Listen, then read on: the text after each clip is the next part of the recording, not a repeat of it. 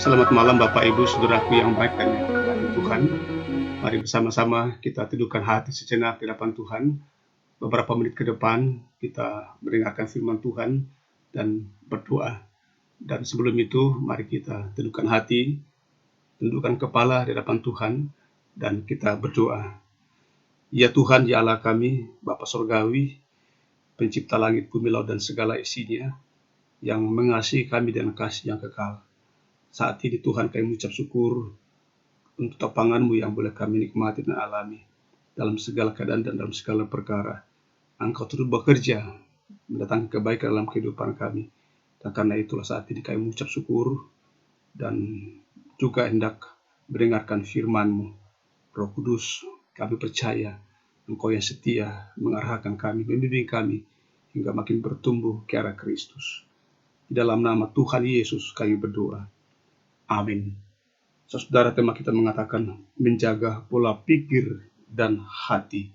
Diambil dari Filipi pasal 4 ayat 7-9 mengatakan, damai sejahtera Allah yang melampaui segala akal akan memelihara hati dan pikiran dalam Kristus Yesus.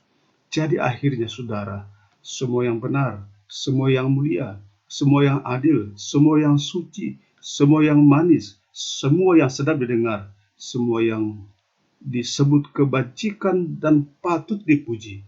Pikirkanlah semuanya itu, dan apa yang telah kamu pelajari, dan apa yang telah kamu terima, dan apa yang telah kamu dengar, dan apa yang telah kamu lihat padaku. Lakukanlah itu, maka Allah sumber damai sejahtera akan menyertai kamu.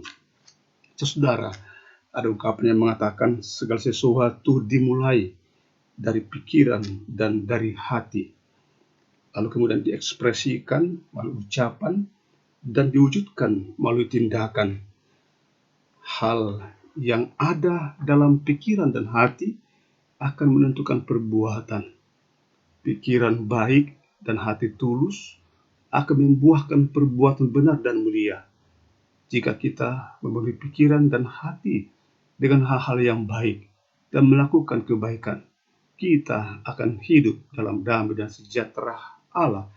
Itu yang begitu indah dilukiskan dalam bacaan kita saat ini. Alkitab menganjurkan agar kita memiliki sikap yang baik. Sikap ini akan menopang kesehatan yang baik pula.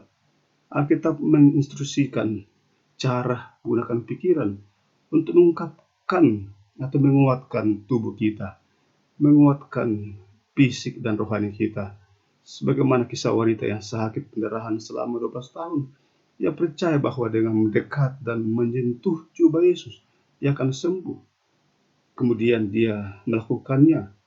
Dan apa yang terjadi? Sungguh-sungguh Tuhan memberikan pikiran yang tenang, hati yang damai. Yesus merasakan sentuhan wanita itu dan berkata, anakku, imanmu telah menyelamatkan engkau. Kesehatan seseorang dipengaruhi oleh pikirannya, dan pikiran dan hatinya menggerakkannya datang kepada Yesus. Saudaraku yang terkasih, 4 abad sebelum Kristus ada, Hippocrates yang dikenal sebagai bapa ilmu kedokteran telah mengajarkan para mahasiswanya untuk mencatat kondisi emosional dan latar belakang para pasien.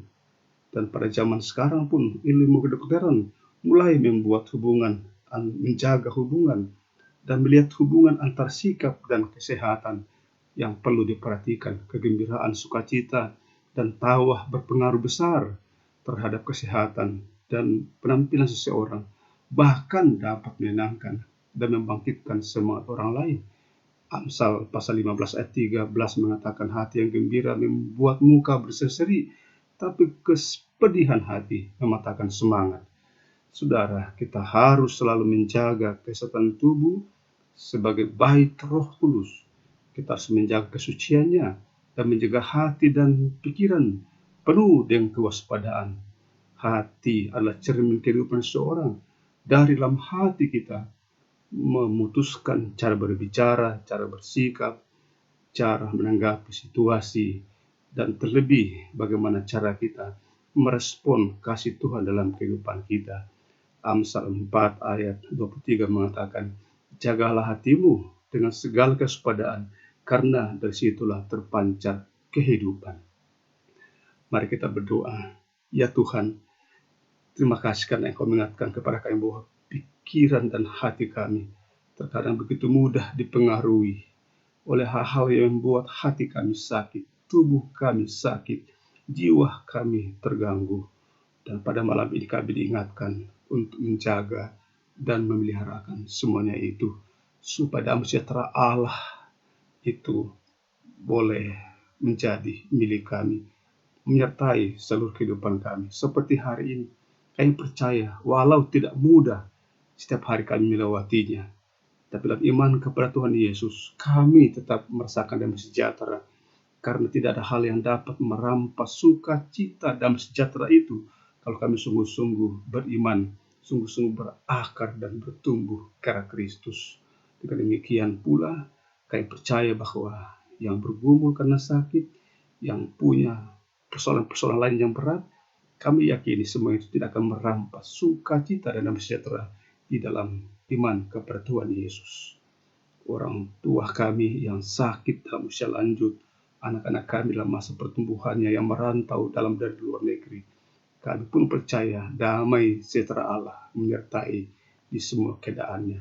Hingga malam ini, dalam pembaringan kami nanti, yang percaya kasih-Mu, berkat-Mu tetap menopang hidup kami. Dan karena itu Bapa yang terkasih dalam Tuhan, adalah baik bila saat ini mari buka hati di hadapan Tuhan dan menerima berkat daripadanya. Tuhan memberkati engkau dan melindungi engkau. Tuhan menyinari engkau dengan wajahnya dan memberi engkau kasih karunia.